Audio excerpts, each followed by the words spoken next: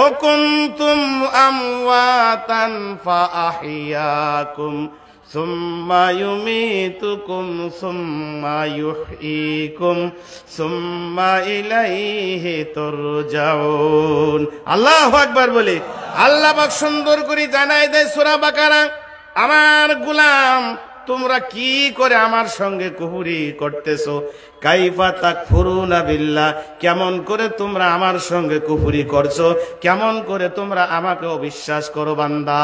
আল্লাহ পাক প্রশ্ন করছে মানব জাতিকে, এটা হলো প্রশ্নবোধক চিহ্ন।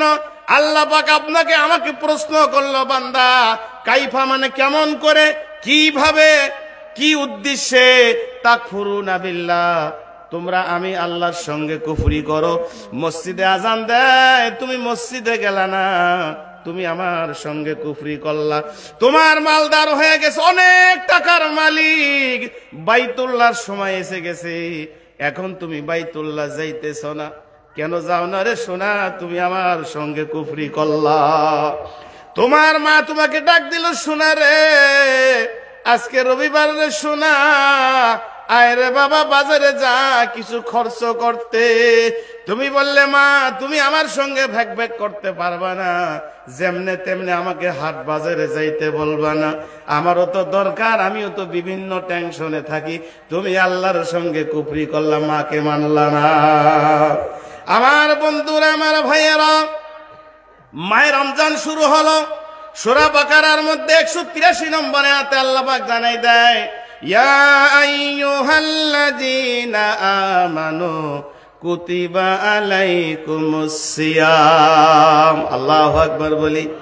আল্লাহ পাক সূরা বাকারায় জানাই দে বান্দা, যখন মাহে রমজান শুরু হবো, তখন তোমরা মাহে রমজান যখন শাবান মাস শেষ হয়ে যাবে, মাহে রমজানের চন্দ্র যখন দেখবা, ওই দিন থাকি সুবে সাদিক পর্যন্ত, বেলা ডুবা পর্যন্ত কিচ্ছু পান করা, কিচ্ছু খাওয়া, তোমার বিবির সঙ্গে দিনের বেলায় দেখা করা তোমার জন্য হারাম। কথা বুঝাইছে বাবা? একটা আয়াতের নিষ্পত আল্লাহ পাক কি বলছেন, একটা আয়াতের তাফসীর আল্লাহ পাক বিভিন্ন আয়াতে টাঙ্গি ধরেছেন। আল্লাহ বলে বান্দা মাহে রমজানের চাঁদ উঠেছে, শাবান মাস খতম হয়েছে, 29 অথবা 30টা দিন দিনের বেলায় খাদ্য তোমাদের জন্য হারাম, পানি পান করা তোমাদের জন্য হারাম। মুখের মধ্যে তোমার যদি একটু থু থু বাহির হয়, ও থু থু তুমি গিলতে পারবা না, তুমি রোজাকে কুরবানি করে দিবে, ওই থু থু তোমাকে নিক্ষেপ করতে হবে, গিলতে পারবা না। আমার বাপ জানেরা, আমার ভাইয়েরা, বর্তমান যুবকের ইয়ং ছেলে রোজা রাখে না। যদি বলা যায় সোনা রে রোজা কেন রাখিস না, তোর চেহারাটা শোল মাছের মতো চেহারা, শোল মাছ যেমন আগা গোড়া পড়ায় সমান, দেখতে বড় ভালো লাগে, ভালো করে রান্নাও খাইতেও বড় ভালো লাগে। কথা ঠিক কি বে ঠিক? শোনা, আমি বললাম বাবা তোমার শরীরটা শোল মাছের মতো সমান, ইয়ং ছেলে তুমি রোজা রাখো না কেন? কয় হুজুর যদি মাহে রমজানে রোজা রাখি, শরীরের গোশতগুলো শুকিয়ে যায়, গালটা একটু ভিতরে যায়, নজরটা চোখটা একটু ভিতরে যায়, আমার বান্ধবী আমাকে ভালো পাবে। কোন? আমার বান্ধবী আমাকে ভালো পাবে, জোরে বলেন। আমার ভাইয়েরা, আমার বাপ জানেরা, বাস্তব নিয়ে সবা, আমার ভাইয়েরা, আল্লাহ পাক বলে বান্দা এই সব কাজ যদি তুমি আমাকে করো, তাহলে হবো কাইফা তাকফুরুনা বিল্লাহ। আমার গোলাম শোনো, কিসের অহংকার করো?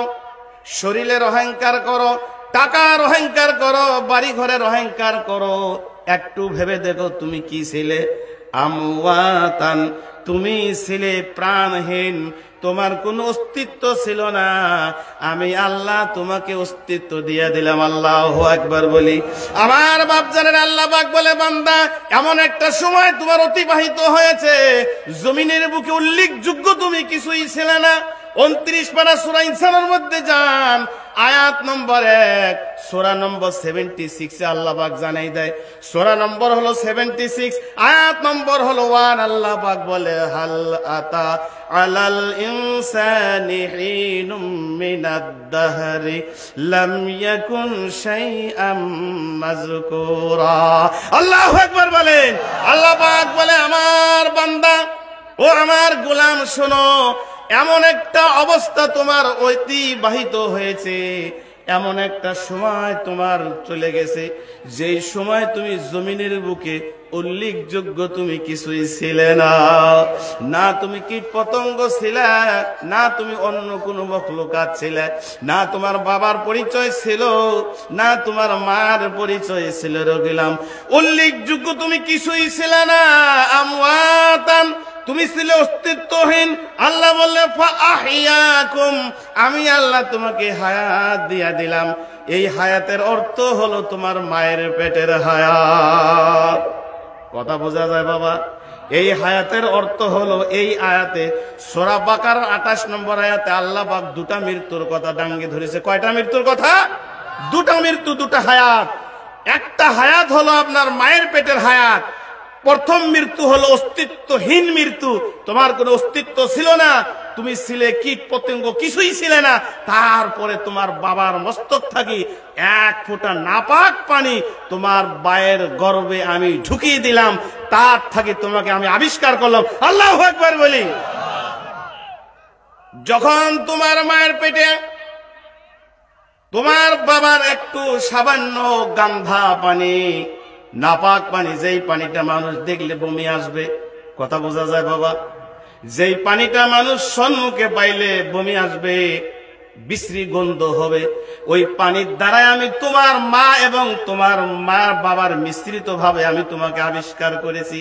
এই পচা পানির আবিষ্কার নিয়ে এখন তুমি কিসের বাহাদুরি করো, কিসের অহংকার করো? একবার তুমি সূরা বাকারা খুলে দেখো, তুমি কিসের অহংকার করো রে বাবা? এই করে তোমার 40 দিন যখন তোমার মায়ের গর্ভে তোমার 40 দিন বয়স হলো, আমি আবার জিব্রাইলের মারফতে রুহটা তার ভিতরে দিয়ে দিলাম।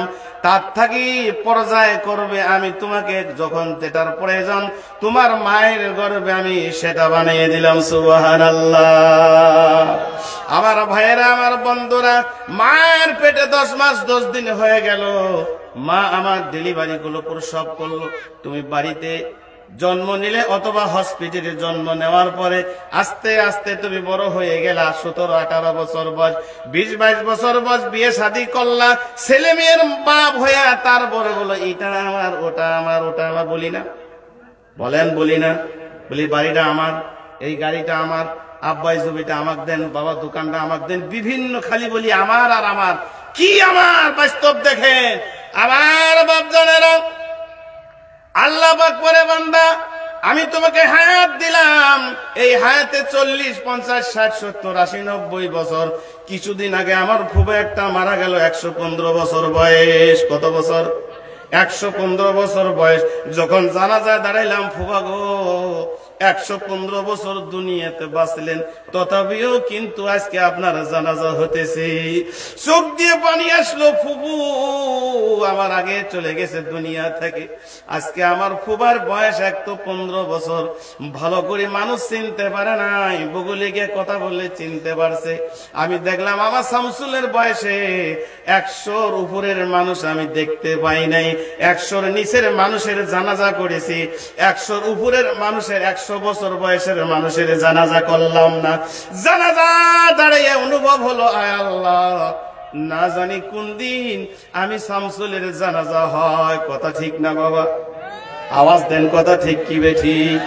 না জানি আমি শামসুলের কোন দিন আকাশে যায়। গ্রাম ভাই, বাঁশ কাটো, কাপড় আনো, কবর খোদো, তাড়াতাড়ি জানাজা করো।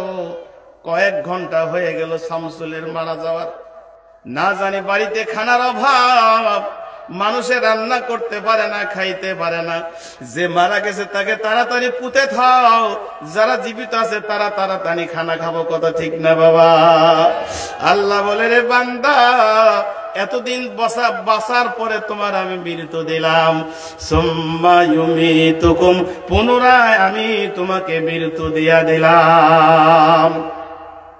এই মৃত্যুর পরে তোমার জানাজা হলো, জানাজার পরে তোমাকে কবরে রাখা হলো। আবার আল্লাহ বলে সুম্মা ইউহয়িকুম, এই কবরে যে তোমার ভিতরে রূহ দেওয়া হলো, এই রূহটা হলো আপনার পরকালের জিন্দেগি। কবর থাকি পরকালের জিন্দেগি শুরু হলো। ওই সময় আল্লাহ পাক আপনাকে প্রশ্ন করবে, কবরের মধ্যে আপনি দুনিয়াতে কি করেছেন? আল্লাহ বলে, গোলাম রে, এই 60-70 বছর, 80 বছর, 90 বছর, 115 বছরের জিন্দিগিতে তুমি দুনিয়াতে কি করেছো, তুমি আজকে হিসাব মেলাও। আল্লাহ বলে সুম্মা ইলাইহি তুরজাউন, তোমাকে আবার আল্লাহর দিকেই ধাবিত করা হবে। আল্লাহ তোমাকে পুনরায় আল্লাহর দিকে ধাবিত করিয়া নিবে। দুনিয়ার কোন শক্তি, দুনিয়ার কোন বাহাদুরি আপনাকে রাখতে পারবে না। বদরুদ্দিন আমাদের এমপি রাখতে পারবে না, রকিবুল আমাদের রানিং এমপি রাখতে পারবে না, আমার হিমন্ত মামা মুখ্যমন্ত্রী রাখতে পারবে না, আমাদের জেডো মোদিজিও রাখতে পারবে না, গোটা পৃথিবীর মানুষও আমাদেরকে রাখতে পারবে না। আমেরিকার জো বাইডেন 10 বছর রাখতে পারবে? পারবে? এই শক্তি বেশি যে পারবো? আওয়াজ দেন। আল্লাহ বলে সুম্মা ইলাইহি তুরজাউন, আল্লাহ তোমাকে টেনে নিবে।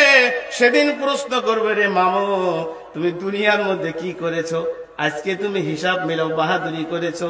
1 ফোঁটা নাপাক দিয়ে জন্ম হয়ে তুমি কিসের অহংকার করলে রে গোলাম? আল্লাযী খালাকাল মাউতা ওয়াল হায়াতা লিয়াবলুয়াকুম আইয়ুকুম আহসানু আমালা। সূরা মুলকের মধ্যে আল্লাহ পাক জানাই দেয়, গোলাম রে, আমি তোমাদেরকে সৃষ্টি করেছি এই জন্য, আমি তোমাদের মৃত্যু দিয়েছি, আবার তোমাদেরকে হায়াত দিয়েছি। আল্লাহ পাক এই জায়গায় মৃত্যুর কথা আগে ডাঙ্গি ধরেছে, কারণ তুমি ছিলে মৃত্যু, আমি আল্লাহ তোমাকে হায়াত দিলাম। কি জন্য দিলাম? আহসানু আমালা, তুমি জমিনের বুকে কতটুকু ভালো আমল করো। আমার ভাইরা, আমার বন্ধুরা, আল্লাহ পাক মানুষকে শুধুমাত্র কেবলমাত্র সৃষ্টি করেছে পরীক্ষা করার জন্য। সামান্য জিন্দিগিতে আমার বান্দা কতটুকু ভালো আমল করে, সামান্য জিন্দিগিতে আমার বান্দা দুনিয়াতে কি করে। মার বাবার কথা শুনে না, জালিমের কথা শুনে না, গাঁজা টানে না, মদ পান করে না, জুয়া খেলে না, তীর খেলে না, তাস খেলে, আয়না দেখে।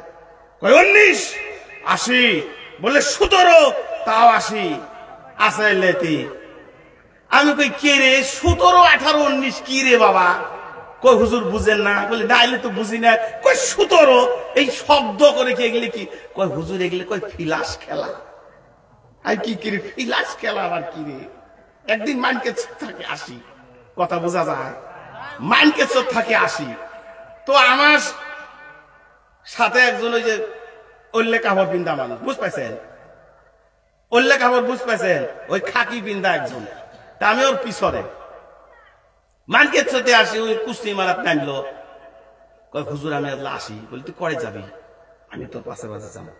যা দি বেড়া উষার দিয়ে ঢুকলো, যা দেখি গুল হয়া বুঝছে, এও কি দেখ গুল হয়া।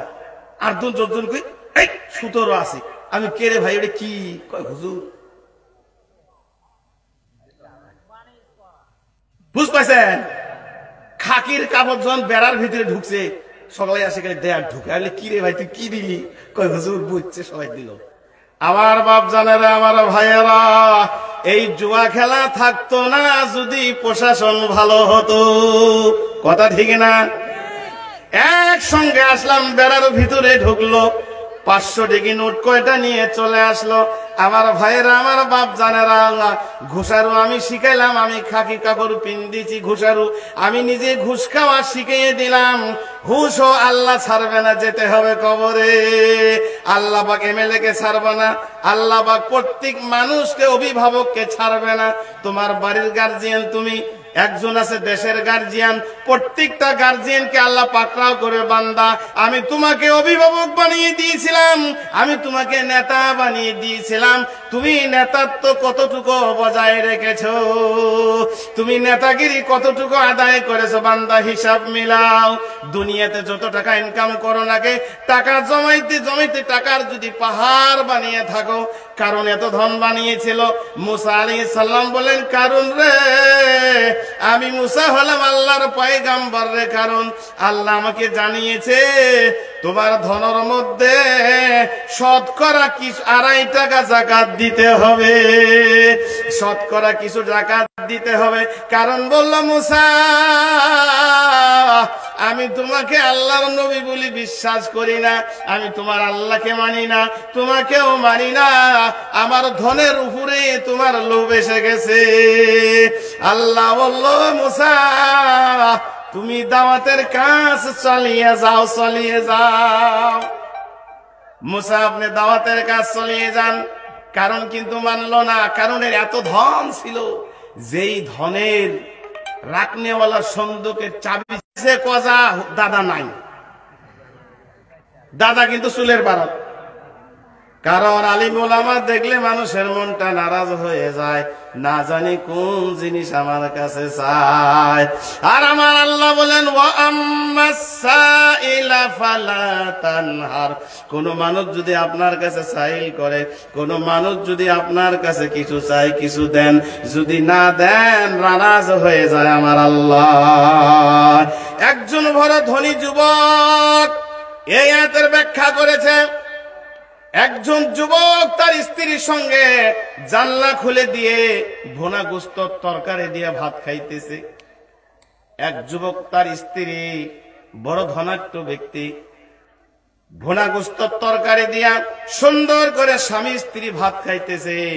এমন সময় একটা ভিক্ষুক জানলার পাশে গিয়ে দাঁড়িয়ে বললেন, ওগো মা, দীর্ঘ 3 দিন ধরে আমার পেটে খাদ্য জুটে না, ওরে মা দয়া করে কিছু খানা আমাকে দেন, আমার পেটটা খানার জন্য খাও খাও করতেছে। যুবক দাঁড়িয়ে বলল, রে ফকির বদমাস, তুই আর সময় পাইলি না, স্বামী স্ত্রী মহাব্বতে খানা খাইতেছি, এটাই কি তোর টাইম হইল রে ভিক্ষক? যা ভিক্ষক যা, আমাদেরকে ডিস্টার্ব দিস না, ভিক্ষক অন্য কোথায় যা।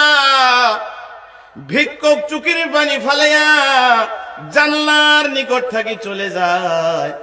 আমার আল্লাহ যুবকের উপরে নারাজ হয়ে গেল, যুবতীর উপরে নারাজ হয়ে গেল।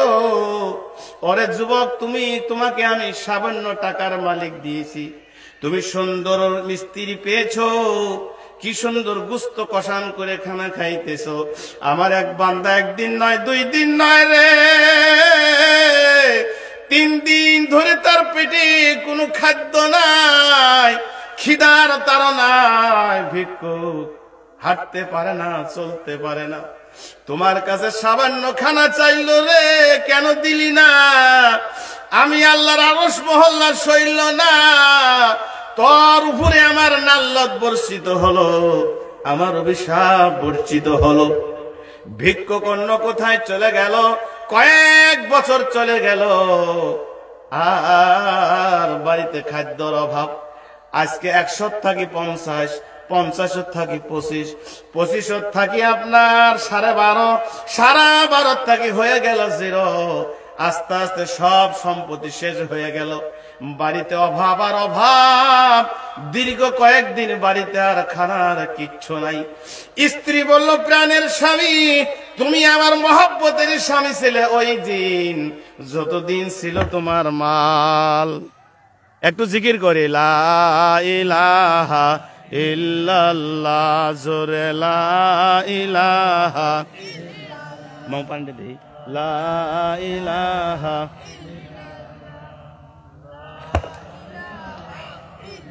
লা ইলাহা ইল্লাল্লাহ মুহাম্মাদুর রাসূলুল্লাহ।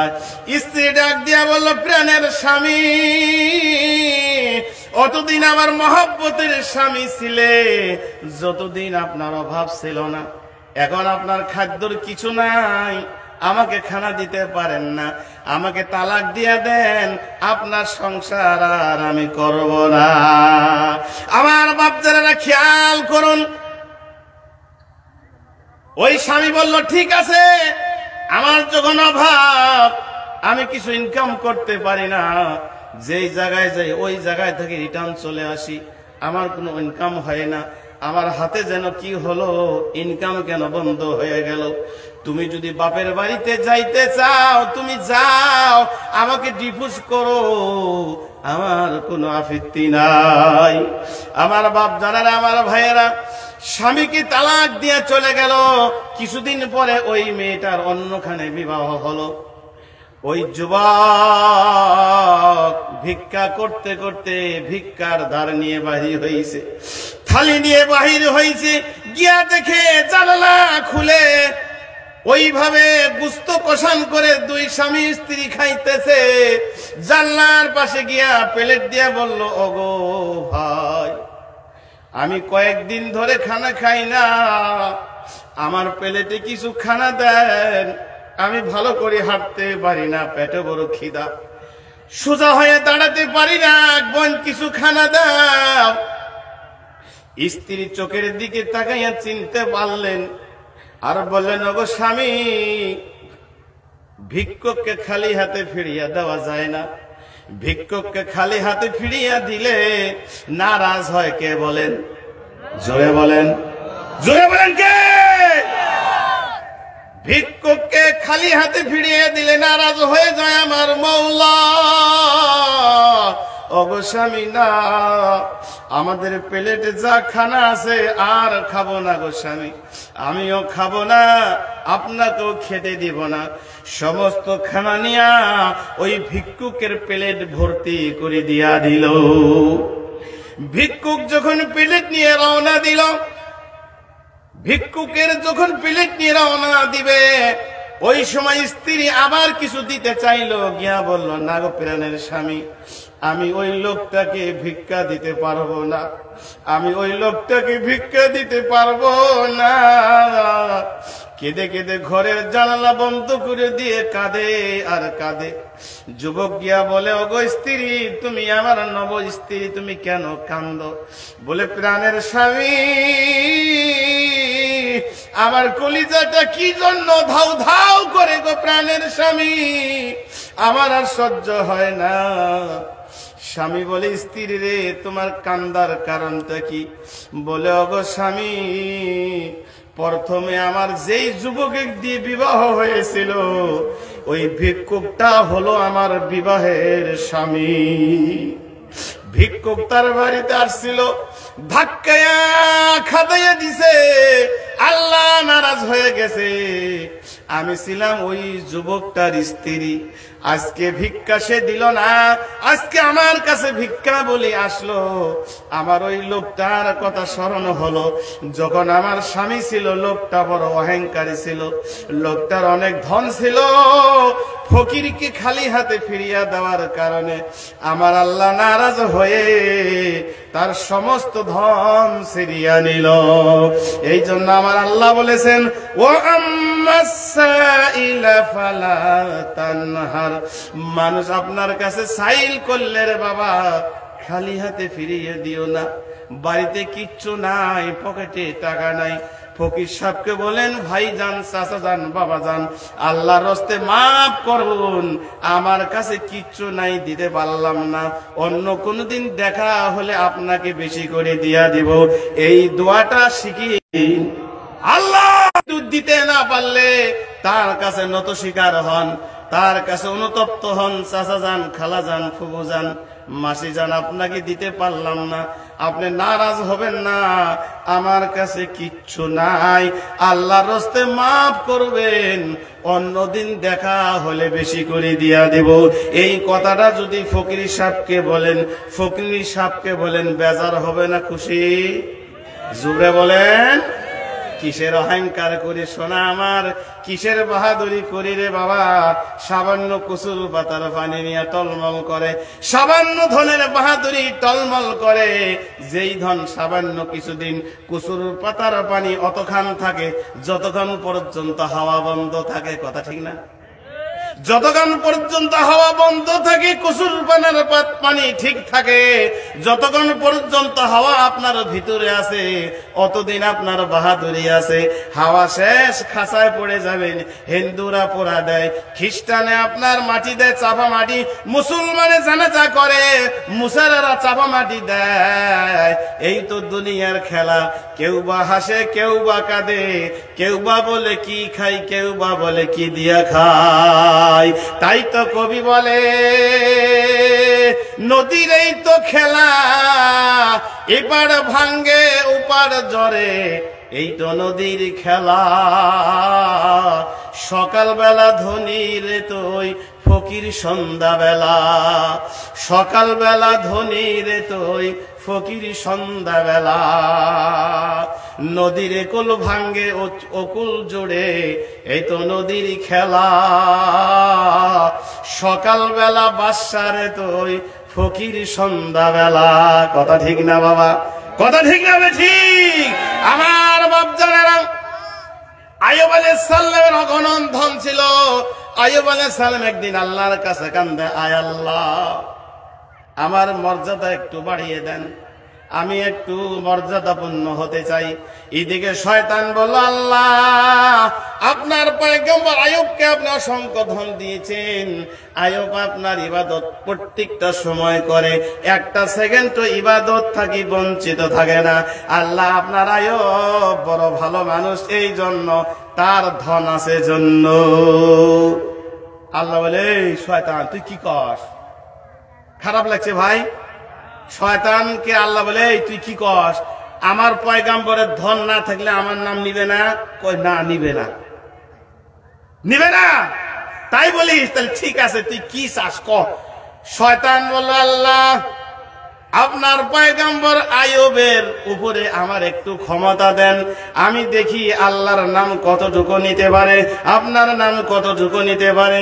আল্লাহ বলল, শয়তান আমি আল্লাহ ওয়াদা করলাম শুনে নে, আমি প্রতিজ্ঞা করলাম শুনে নে, যেই মানুষটার ভিতরে আমি আল্লাহর ভয় আছে, যেই মানুষটা আমার পয়গম্বর, যেই মানুষটা আমার খাঁটি বান্দা, তুই শয়তান কিচ্ছু করতে পারবি না রে, পারবি না। ধনী হলেও আমার নাম নিবে, গরিব হলেও আমার নাম নিবে, ফকির হলেও আমার নাম নিবে, মিসকিন হলেও আমার নাম নিবে। শয়তান বলেন, আল্লাহ আপনার পয়গম্বর আইয়ুবকে আমার তাবে করিয়া দেন। আইয়ুব নবী আল্লাহর কাছে বলে, আয় আল্লাহ আমি কিছু সময় আপনার নাম নিতে পারি না, আমারকে মাহিলা আমার চাকর বাকরকে কিছু মাইনা দিতে হয়, এই জন্য আমার কিছু সময় ব্যয় হয়। আল্লাহ আপনি আমাকে ঝামেলা মুক্ত করেন, আমি একটা সেকেন্ডও যেন আপনার নাম ভুলে না যাই। আল্লাহ বলো, শয়তান যা যা যা, আমার পয়গম্বর আইয়ুবকে পরীক্ষা কর। কি পরীক্ষা করবি? তোলা পরীক্ষা করবি, লোহা পরীক্ষা করবি, পানি পরীক্ষা করবি, আগুন পরীক্ষা করবি, যা কর। আমার পয়গম্বরের কি ক্ষতি করতে পারবি কর, আমি তোকে আমার পয়গম্বরের ক্ষতি করার জন্য আমি তোকে ক্ষমতা দিলাম, পাওয়ার দিলাম, সুপ্রিম পাওয়ার দিলাম, হাইকোর্ট পাওয়ার দিলাম, জজ কোর্ট পাওয়ার দিলাম, গোটা পৃথিবীর পাওয়ার দিলাম। যা শয়তান যা, আমার পয়গম্বরকে তুই কি করতে পারিস করে নে। আমার বাপ জানারা খেয়াল করে আইয়ুব আলাইহিস সালাম আল্লাহর কাছে কাঁদে, আয় আল্লাহ। এমন সময় সমস্ত দেহরক্ষীকে বলল, দেহরক্ষী রে আমার মনে বড় স্বাদ জাগলো, হরিণের গোশত খাবো। কিসের স্বাদ জাগলো? হরিণের গোশত খাবো। আইয়ুব পয়গম্বর বলল, আমার দেহরক্ষী রে কে কোথায় আসিস? আনান তীর আন, বন্দুক আন, চল চল পাহাড়ে যেতে হবে, হরিণ শিকার করতে হবে, আমি হরিণের গোশত খাবো। আমার আত্মাটা বড় হরিণের গোশত খাওয়ার স্বাদ জাগলো। সমস্ত দেহরক্ষী নিয়ে জঙ্গলে ঢুকে গেল, বিশাল জঙ্গলে ঢুকে গেল। সম্মুখে একটি হরিণ দেখা গেল, হরিণকে গুলি করলো, তীর মারলো, লাগলো না, ছুটে ছুটে দৌড়ায়। সমস্ত দেহরক্ষীরা দৌড়ে, জাহাপনা কেন তীর লাগলো না? আমাদের গুলি তো মিক্স হয় না, আমাদের তীর তো মিক্স হয় না, কেন মিক্স হলো? দৌড়াড়ে দৌড়াও, আমাদের পয়গম্বর আল্লাহর বন্ধু হরিণের গোশত খাইতে চেয়েছে, আর দেরি করা চলবে না, চলো চলো। গেতে গেতে রে সোনা সাথী সঙ্গীরা হারিয়ে গেল, দেহরক্ষীরে হারিয়ে গেল, গেতে গেতে পাহাড় পাড়ি দিয়ে অপর পাহাড়ে চলে গেল। শরীর ক্লান্ত হয়ে গেল, পিপাসার জন্য শরীর বড় কাতর, মুখটা শুকিয়ে গেল, অন্তরটা পানির জন্য থাউ থাউ করে। আয়া পয়গম্বর সম্মুখের দিকে তাকায়, একটা যুবতী একটা মাড়িয়ে কুয়া থাকি পানি উঠায়, একটি ইন্দ্রা থাকি পানি উঠায়। আয়া পয়গম্বর নিকটে আওয়াজ দিল, বোন গো কে? আমার শরীরে বড় পানির পিপাসা, দয়া করে এক গ্লাস পানি দাও, আমি পান করব। মেয়েটা বড় ধার্মিক মেয়ে ছিল, আমার মা বোনেরা খেয়াল করেন, মেয়েটা বড় পর্দাশীনী মেয়ে ছিল। দৌড়ে দৌড়ে বাড়ি দিয়ে গেলে বলো, আব্বা আপনি আর দেরি করেন না গো আব্বা, ওই কুয়ার পাড়ে চলে যান। একটি মুসাফির যুবক আমার কাছে পানি চাইলো, পর্দার খিলাফ হবে, বেপর্দা হবে। ও গানা যুবককে আমি পানি দিলাম না গো বাবা, দয়া করে যান, আপনি কিছু পানি দেন, যুবকটা পানি পান করবে। আমার ভাইয়েরা, আমার বন্ধুরা খেয়াল করুন, আয়ো পয়গম্বর পানির জন্য অপেক্ষায় করে। বাড়ি থাকি যখন ওনার বাবা বাড়িতে আসলো, ভিতরে থাকি যখন বাইরে চলে আসলো, নজর দিকে চিনতে পেরেছেন, আমার আব্বা স্বপ্নে দেখাইছেন আমি হলাম ইব্রাহিমের বংশধর, আমার নাম হলো ফিরাহিম। এই মানুষটাও এক জায়গার নবী, আর আমি হলাম এক জাবনার নবী। আগের জাবনায় এলাকা বিশেষ একজন কই নবী ছিল, এমন যেমন এমএলএ মিনিস্টার, আগের যুগে একটা করে এলাকায় একটা করে নবী ছিল। কথা বুঝেছে বাবা? কথা বুঝেছে? আমার ভাইয়েরা, আমার বাবেরা, ওই মানুষটা বাইরে আসলো, তার নাম হলো ফিরাহিম আলাইহিস সালাম। ফিরাহিম বলল, বাবা আমি হলাম মেজবান, বাবা তুমি হলাম মুসাফির, আমি কুয়ার পারে তোমাকে পানি দিব না, আমার দাওয়াত গ্রহণ করতে হবে, আমার বাড়িতে একটু বিশ্রাম নিতে হবে, আমি বাড়িতে গেলে পানি দিব। মুসাফির আয়ব পয়গম্বর ভাবলেন, একই কথা, আমি তো মুসাফির, বাড়িতে না গেলে পানি দিব না, এটা বড় কঠিন দাওয়াত, এটা বড় কষ্টের দাওয়াত। কথা ঠিক না বাবা? আয়া পয়গম্বর আরেক পয়গম্বরের সঙ্গে বাড়িতে চলে গেলেন, গিয়ে এক গ্লাস পানি দিলেন, কিছু খেজুর, আপেল, আঙ্গুর, কিশমিশ কেটে দিলেন। বাবা আস্তে আস্তে শান্তি ভরে খাও, এক গ্লাস পানি পান করো। এই যে বিছানা দিলাম বাবা, খানা দানার পরে পানি পার করার পরে একটু বিশ্রাম নাও। তুমি হলে মুসাফির, আমার বাড়িতে আসছো, আমি যতখান যেতে দিব না অতখান যেতে পারবা না। আর আমরা সাগাই এসে যায় না কে রে? হ্যাঁ, এই যায় না কে? কোন কোন মানুষের কয় কি দিয়েরা বাজার মেলা দোকান করিতে আমার পাশে দেন, হুজুর মিশু বেশি কি সুতাসি রে, কাক কয় জানেন শ্বশুরে, এই শালা কি বলত রে। হ্যাঁ, শ্বশুর একজন আব্বা সমতুল্য, বাপের পরে হলো শ্বশুর, কি শোকাইছে। যদি শুরু হলে এক থাপড় মারলে ব্যাপক। বাড়িতে যদি আত্মীয় স্বজন আসে আপনি খুশি হন, আল্লাহু আকবার বলেন। আর রিজিকের মালিক কে? রিজিকের মালিক কি? আমি। কে রিজিকের মালিক? আওয়াজ দেন, আল্লাহ। আরে বাবা, আল্লাহ ওই বান্দার রিজিক আমার বাড়িতে থুইছে, তোর পকেটে টাকা আছে, যা সোনাপুর বাজারে যা, নাহলে পুরেন দিয়ে নাহলে কাদল বাড়ি কিছু নিয়ে আয়, খিলে তুই খিলিবি 10 টাকা, আমি দিব তোকে 100 টাকা। সুবহানাল্লাহ বলেন। ফিরাহিম আলাইহিস সালাম বলল, বাবা আপনি হলেন আমার বাড়ির মুসাফির, আমি হলাম মেজবান, যেতে দিলে না যেতে পারবা না। ফিরাহিম আলাইহিস সালাম বলেন, আমার আব্বা স্বপ্নে আমাকে যা বলেছে আমরা স্বপ্নে তীর কাটি, আর আল্লাহর স্বপ্নে দেখায় কি জন্য শোনেন। ফিরাহিম আলাইহিস সালাম স্বপ্নে দেখালেন, বাবা স্বপ্নে দেখালেন, বাবা রে তুমি আমার একটাই মাত্র ছেলে, তোমার একটাই মাত্র মেয়ে, একজন মুসাফির আসতেছে হরিণ শিকার করতে, আমি আল্লাহ হরিণ শিকার করতে দিলাম না, আমি আল্লাহর কেরেশমা বোঝা বড় কঠিন, গুলি কোনোদিন মিক্স হয় না, কিন্তু আমি আল্লাহ গুলি বাউসে কাটে দিলাম, ডানে কাটে দিলাম, বামে কাটে দিলাম, প্রত্যেকটা ভালো। যদি প্রশিক্ষণ দেওয়া না হয় তাকে পুলিশি চাকরি দিবে না, বিএসএফ বর্ডারে দিবে না। এমন প্রশিক্ষণ দেওয়ার গুলি কেন হরিণকে রাখলো না, গুলি লাগাইলো না কে বলেন? জোরে বলেন। আল্লাহ কয় যতই মারো আমি গুলি লাগাবো না, কারণ সম্মুখে কাহিনী আছে। যদি গুলি লেগে যায় হরিণ নিয়ে বাড়িতে চলে যাবে, আমি আর কেরেশমা দেখাতে পারবো না। আমার বাপজারেরা একটু কাহিনী শুনেন, তফসির সারা রাত করলেও পড়াবে না। এটাও হলো কোরআনের ব্যাখ্যা। আল্লাহর পয়গম্বর বলল আপনি যেতে পারবেন না।